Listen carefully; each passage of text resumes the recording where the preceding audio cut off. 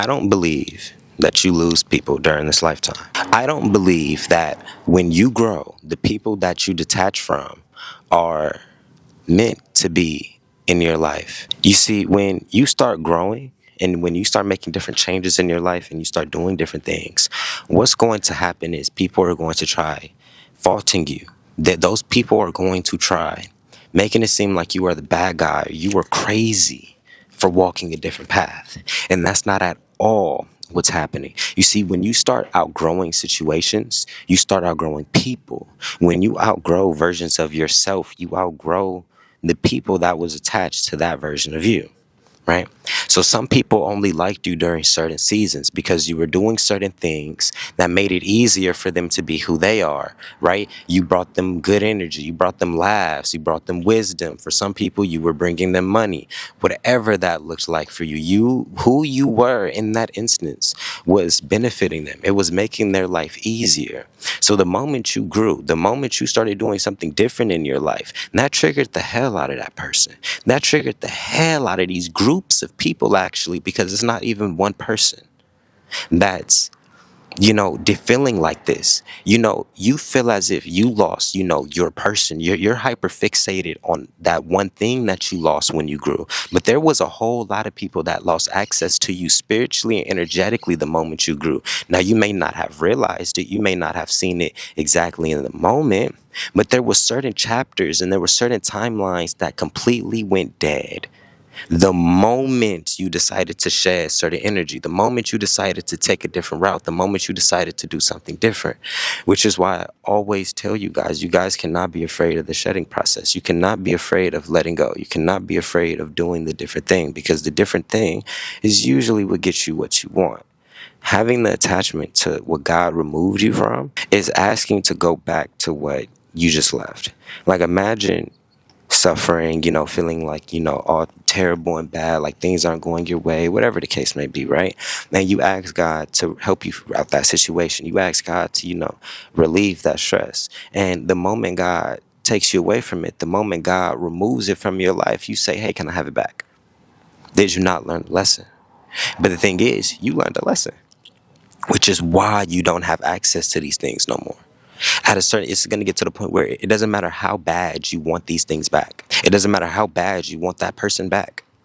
It's not going to work. When you elevate and other people don't elevate with you, if you try to double back, the only way, Snoop Dogg said this perfectly, it's like bridging the gap. The only way you're going to be able to get back into union with certain people after you go up, right, is by you coming back down to their level. And it's not going to happen, because every single time you go back, the trauma is going to get worse. The interaction is going to get worse. Everything about the situation is going to become gradually worse over time, because it's an unaligned situation. The bigger of a gap there is between intellect, healing, and just self-development and growth, the harder it is to maintain that space, because it's two polar opposites. It's a hella toxic individual and a super aware individual. That super aware individual is going to trigger the toxic person, because it's probably going to make them realize that they're toxic, and they're not going to be able to do certain things. And it's going to really make them look at who they are.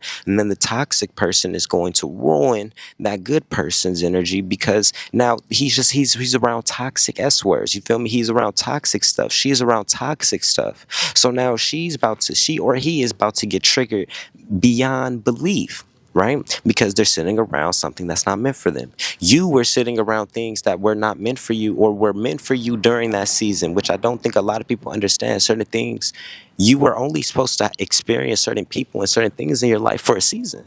It wasn't supposed to be the whole thing.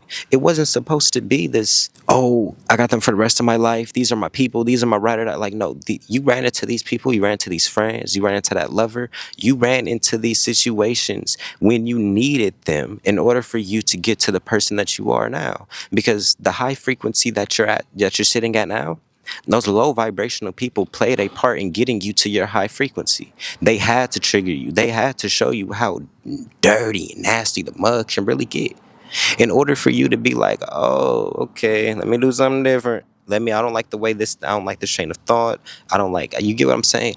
They played a part into getting you to the high frequency that you are now. So you have to acknowledge, like, You just weren't meant to stay. You were meant to get me to where I am now. And the quicker that you can release that attachment, you'll be able to move on.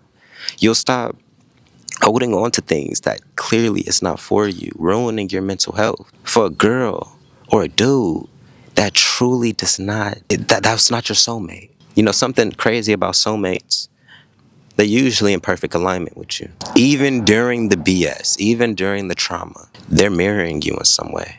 So if you outgrew them, they weren't your soulmate. You know, soulmates learn lessons with you. You get what I'm saying? You grow with them. They actually become, you know, a piece of you in a sense. If you outgrew somebody, there was clear misalignment from the start. You guys weren't growing together. You guys just ran across each other on your paths, but you weren't growing together.